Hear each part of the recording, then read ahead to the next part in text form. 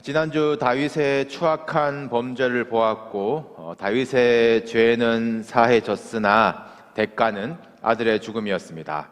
하나님의 이해할 수 없는 용서였었죠.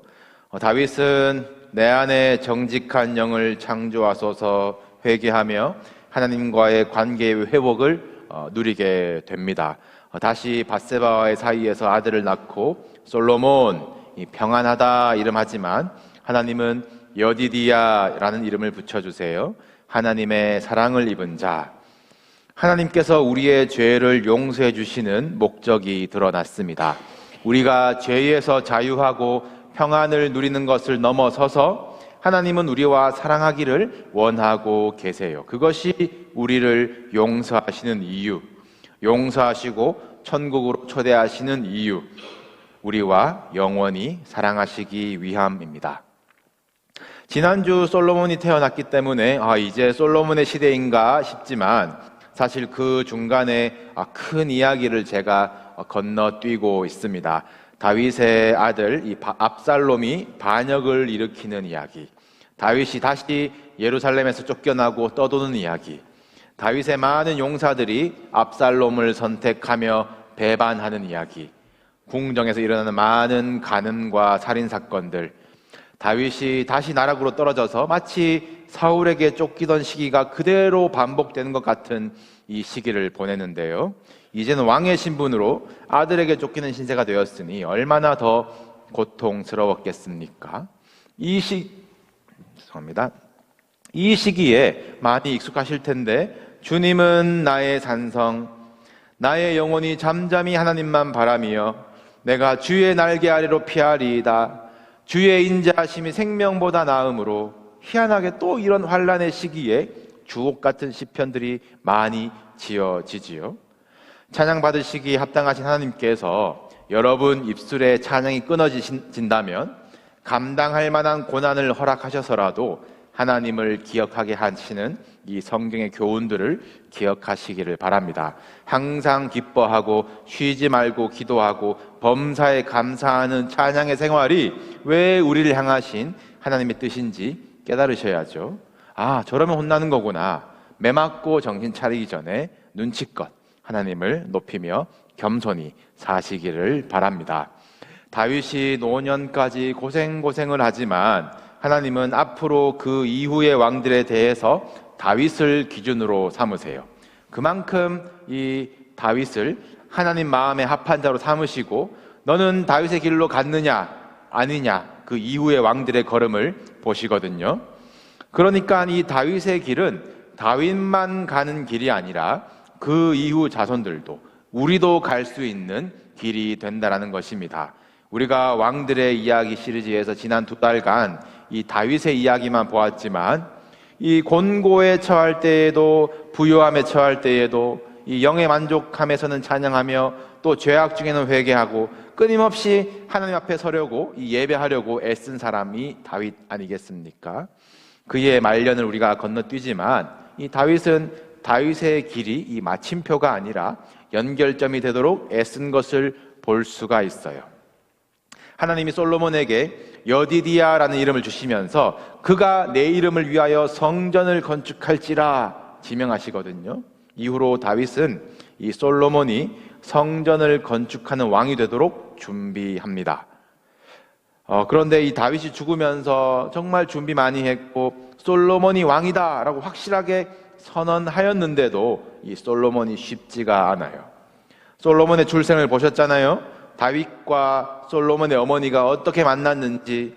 다윗은 회개했다고 하더라도 이 모든 과정을 지켜본 백성들에게서 그 꼬리표를 뗄 수가 있겠습니까? 이 1000년이 지나서 마태복음 기록할 때에도 마태복음 족보에 다윗은 우리아의 아내에게서 솔로몬을 낳고 그렇게 기록을 하는데, 이 솔로몬 당시에 이 형제 왕자들과 백성들의 이 인정과 존경을 받기가 쉽지 않았습니다. 실제로 아도니아라는 다윗의 넷째 아들이 이미 왕이 된 솔로몬과 또 밧세바를 굉장히 무시하면서 반발하거든요. 다윗의 오른팔이었던 요압 장군마저도 이 아도니아를 따르는데, 아무튼 이런 궁중의 암투를 다 이야기하려면 너무 장황한 스토리가 되어서 지금은 넘어가겠지만 궁금하시면 집으로 가셔서 사무엘하 뒷부분을 보시고 결국 솔로몬이 다 이 정리를 하긴 하는데 아직 불안정한 이 왕권과 이 검증되지 않은 이 솔로몬의 평판이 문제예요. 이 상황에서 솔로몬이 한 것이 일천번제입니다. 저는 지금 솔로몬이 예배로 승리했다, 예배가 해법이다라고 말하고 싶은 것이 아닙니다. 솔로몬이 일천번제를 드리고 그날 밤 꿈에 하나님이 나타나셔가지고 너 뭐 갖고 싶니? 말만 해라. 그래서 솔로몬이 듣는 마음을 달라고 구하고 하나님이 이를 칭찬하셔서 지혜와 부귀와 영광도 주셨다. 이 본문이 굉장히 왜곡되기 쉽고 또 그렇게 구미에 맞는 쪽으로 선호되어 왔거든요. 어떤 종교들의 무슨 108배, 1만배 어떤 고난의 수행 그런 것들처럼 1000번의 번제를 달성하니까 하나님이 막 감동하셔가지고 사실 1000번도 아니에요. 1000마리 이 소를 드렸다. 또 1000마리도 아니고 그냥 성경에는 많다라는 이 숫자를 1000으로 표현을 하거든요. 그런 것인데 꼭 이렇게 1000번을 달성을 하면은 하나님이 감동하시고 너의 정성이 지극하고 갸륵하다. 소원을 말해보아라. 그래서 그가 지혜와 부귀영화를 차지하게 되었다더라. 무슨 전래동화급으로 다루시면 안 되는 거예요. 혹시 우리 교회도 예전에 유행했을까봐 조심스럽지만 무슨 헌금의 번호를 매겨가지고 1000번제 헌금 1000번을 채우면 뭔가 이루어질 것 같은 바람은 물론 그 중심을 하나님이 긍휼히 여기시리라 믿습니다만 참 변질되기 쉬운 기복신앙의 한 모습이죠. 잘 이해해야 할 본문입니다. 우리가 오늘 이 성경을 모르는 사람들도 들어봤을 것이고 쇼프로나 언론에서 많이 쓰는 이 솔로몬의 재판을 이제 보시게 될 것입니다만 이 이야기가 왜 기록되어 있는가? 잘한 거라서? 이게 위대한 업적이라서? 이 재판 앞에 보시면 솔로몬이 애굽의 공주를 아내로 맞이하는 사건과 또 이어서 1000번제를 드린 사건이 같이 기록되어 있어요. 그럼 이거는 잘하는 건가? 못하는 건가? 1000번제의 응답으로 받은 그 지혜와 부귀 영화는 솔로몬을 복되게 하였는가? 또 그는 진짜 지혜로웠는가? 우리가 이후 솔로몬의 길을 기억해 보신다면 쉽게 대답할 수 없는 문제들입니다. 진리의 성령님께서 오늘 본문에 감추어진 뜻을 깨달아 알게 해주시기를 소원하며 우리 솔로몬의 이야기로 들어가겠습니다. 하나님께서 여러분에게 내가 너에게 무엇을 줄까? 너는 말하라 하신다면 상황을 상상만 해도 너무 좋죠. 그런데 정작 뭐라고 말할지 생각해 보신다면 고민이 되실 겁니다. 철판 깔고 복권번호 좀 주십시오. 그러기에는 혼날 것 같고 가오가 상하고 뭔가 착한 대답을 해야 아이고 금도끼도 은도끼도 너가 가져라 주실 것 같은 느낌이죠. 하나님이 부르실 때에 네 여기 있습니다 하는 사람, 하나님이 부르실 때에 준비된 사람이 건강한 사람입니다. 제가 하나님은 아니지만 기도 제목 무엇인가요? 이렇게 물어보신다면 그 기도도 하나님께 구할 말들 아닌가요? 이 기도 제목이 없거나 생각하는데 오래 걸리거나 자신을 돌아보지 못하고 남 걱정하기 바쁘다면 건강한 신앙 상태라고 할 수는 없을 것 같습니다. 적어도 솔로몬은 대답이 준비되어 있었습니다. 심지어 이게 꿈이었거든요. 꿈꾸는 상황이었는데 꿈에서도 답을 할 정도이니 그가 얼마나 고민하고 어려워했고 간절했던 문제인지 알 수 있겠습니다. 이 솔로몬의 대답, 솔로몬이 구한 것은 주님, 제가 아버지 다윗을 대신하여 왕이 되었는데 저는 작은 아이입니다. 누가 주의 이 많은 백성들을 재판할 수 있겠습니까? 듣는 마음을 종에게 주사 주의 백성을 재판하여 선악을 분별하게 하옵소서. 이것이 솔로몬의 소원이었는데 하나님이 이것을 마음에 들어 하세요.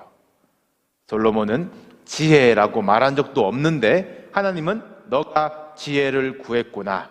이것을 지혜라고 부르시고 주세요. 이제 그 지혜가 활약을 할 겁니다. 솔로몬이 가장 부담을 가지고 있었고 이 당시 왕들이 최종 결정권자로서 능력을 보여줘야 할 이 재판에서 이 지혜라는 것이, 하나님이 주신 지혜라는 것이 드디어 드러날 차례인데, 이제 오늘 읽으신 본문으로 이야기가 이어지죠. 그런데 궁전에 웬 창기 두 여자가 들어와 있습니다. 어떻습니까?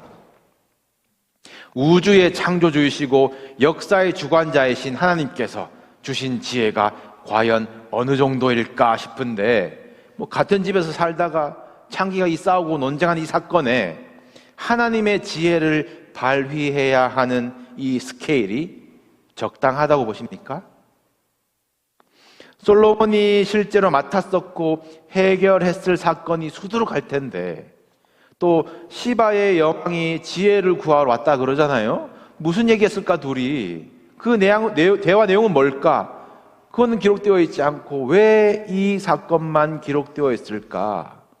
하나님이 주신 지혜의 스케일이라면 우리 고려 시대인가요? 서희가 이 말로 적을 물리치고 오히려 땅을 차지한 그 정도 스케일이라던가, 아니면 이순신처럼 병법을 기가 막히게 써가지고 전쟁을 이긴다던가, 요셉처럼 풍년과 흉년을 딱 쳐다보고 분별하고 곡식을 준비하면서 토지법, 세법을 정비한다던가, 이 정도 스케일은 되어야 하나님의 지혜라고 할 수 있을 텐데, 이거 뭔가 좀 스케일이 약하다. 해결한 것이 기발하기는 하다. 근데 대단한 지혜는 아닌 것 같은 느낌적인 느낌이 있지 않으십니까? 솔직히 저보고 재판해보라고 해도 이 두 여자를 딱 보면, 이 관상이라는 말은 지금 맞지 않겠지만 아무튼 누가 진짜 엄마인지 아닌지 알 수 있을 것 같은 근거 없는 자신감이 있기는 한데, 솔로몬도 이 두 여자와의 대화 중에 이미 알았을지 몰라요. 그리고 이때 무슨 DNA 증명 같은 게 있겠습니까? 왕이 너 엄마 해 이러면 끝입니다. 그런데 솔로몬은 거기서 더 나가요. 칼을 가져와라. 그리고 이 사나이를 둘로 쪼개서 나누어서 반은 이 여자에게, 반은 저 여자에게 주라. 우리는 솔로몬의 이 명령을 참 기가 막히다, 솔로몬의 지혜다라고 생각을 하죠. 선과 악을 분별해냈다고 생각합니다. 지혜롭게 해결한 것 같습니다. 그런데 이게 하나님의 지혜입니까? 겨우 이 정도가 막 성경에 기록할 재판이고 온 나라가 듣고 벌벌 떨 정도입니까? 괜히 칼을 가져오라고 해가지고 진짜 엄마는 아기와 함께 살리고 가짜 엄마는 자기 아기도 죽인 엄마, 또 남의 아기를 훔친 여자, 왕에게 거짓말한 여자로 완전히 죽은 인생 되게 하는 것이 하나님의 지혜입니까? 여러분 잘 들으십시오. 이 이야기에서 하나님의 지혜는 칼을 가져오라라는 그 솔로몬의 말에 있지 않습니다. 이 본문에 숨기신 하나님의 지혜는 산 아들의 진짜 어머니가 한 말, 내 주여 산 아이를 그에게 주시고 아무쪼록 죽이지 마옵소서, 이 말 가운데 있어요. 다시 정리하겠습니다. 왜 하나님의 지혜를 이야기하면서 무시해도 될 법한 두 산모의 재판을 딱 골라 기록하였나? 하나님의 지혜는 아기를 살리려면 아기를 포기해야 하는 그 역설 가운데 있기 때문입니다. 하나님이 지혜 주시고 부족한 것 없이 다 주셔도 솔로몬의 타락은 못 막는 그런 무능력한 하나님이 아니세요. 하나님이 내가 너네를 홍해 가르고 애굽에서 이끌어냈다 그렇게 생색내셨는데, 이제 솔로몬 후로 이스라엘의 포로 생활은 모른 척 하시는 그런 하나님이 아니세요. 하나님은 이제 이스라엘을 살리시려고 이스라엘을 포기하십니다. 점점 이스라엘은 깊은 어둠으로 죄에 빠져서 어쩔 수 없는 모양으로 제사와 예배는 완전히 꺼진 모습으로 들어갈 것입니다. 하나님 뭐 하시나? 하나님 살아계시나? 왜 침묵하시나? 잊으신 것 같지만 하나님은 살리시려고 포기하세요. 그리고 마침내 아들과 함께 우리를 살리시려고 하나뿐인 아들까지 포기하십니다. 바울은 분명히 십자가에 못 박힌 그리스도가 하나님의 능력이요 지혜니라 라고 선언하고 있습니다. 죽일 거면 왜 보내? 살릴 거면 왜 죽여? 이거 이해되는 거 아니에요. 하나님의 지혜를 우리가 어떻게 이해합니까? 부르심을 받은 자들에게는 하나님의 지혜라고 했어요.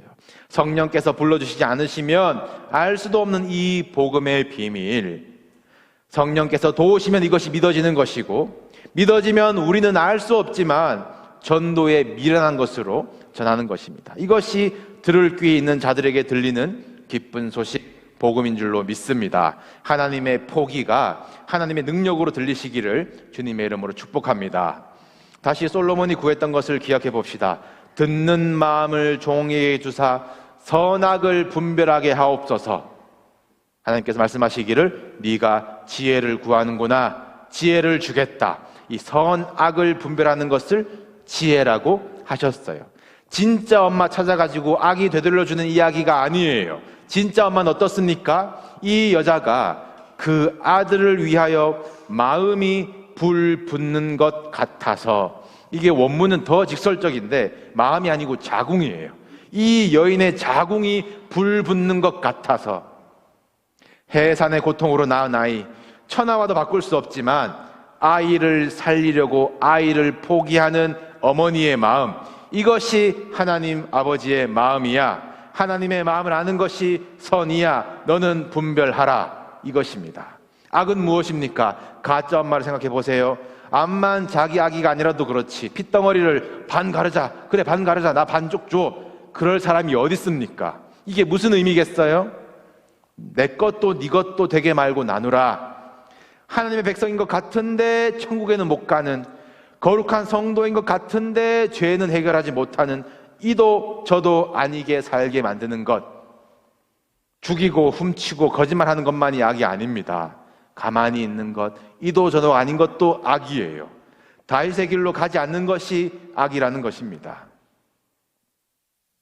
사랑하는 우리 성도님들 마음속에 이 하나님의 지혜가 있기를 축복합니다. 하나님의 지혜, 예수 그리스도가 우리 안에 계시면 무엇이 하나님이 기뻐하시는 선인지, 무엇이 하나님이 미워하시는 악인지 분명히 분별할 것입니다.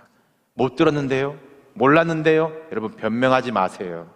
하나님의 뜻은 이미 분명히 드러나 있습니다. 성령께서 이미 여러분의 양심과 심령을 두드리고 계세요. 말할 수 없는 탄식으로, 마음에 불붙는 것 같은 심정으로 여러분을 위해서 간구하고 또 연약한 우리를 돕고 계십니다. 반응하십시오. 하나님의 지혜는 세상과의 지혜와는 다를 것입니다. 세상을 잘 살아가는 지혜는 아닐 수 있어요. 어쩌면 오히려 여러분들의 일들을 어렵게 만들 수 있고 외롭게 만들 수도 있습니다. 그러나 세상이 두려워할 지혜이며 최후 승리하는 지혜인 줄로 믿습니다. 혹시 하나님이 내 손을 놓으셨나? 하나님이 나를, 우리 가정을 포기하셨나 싶은 상황에 계십니까? 살리시려고 포기하시는 하나님의 지혜를 신뢰하십시오. 이해하실 수 없습니다. 하나님의 지혜는 신뢰하는 것입니다. 하나님은 우리를 만드신 창조주 하나님이세요. 온 우주를 만드시고 거기에 분명한 목적을 두고 여러분의 인생을 놓으셨습니다. 홍해를 창조하신 분이 홍해를 가르는 건 뭐가 어려워요? 창조하셨는데. 그런데 우리를 사랑하시려고 창조하신 분이 우리를 포기하시는 것은 너무 어려운 일이세요. 불이 붙는 마음으로 지금도 여러분을 살리시려고 오래 참고 기다리고 계십니다. 솔로몬의 시대로부터 이 내리막 끝에 이스라엘이라는 이 나라가 멸망하기 직전에 하나님 포기하셨습니까?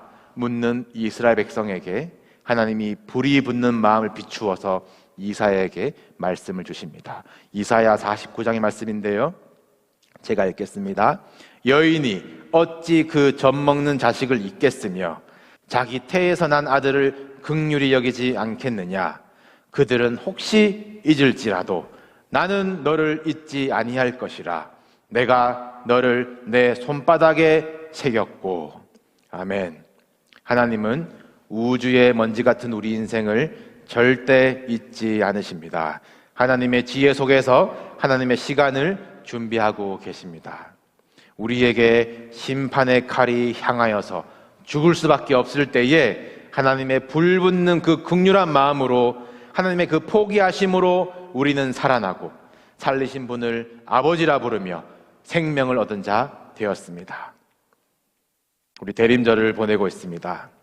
하나님이 아들을 포기하시고 보내심을 기억하십시오. 우리를 살리라 하심을 기억하십시오.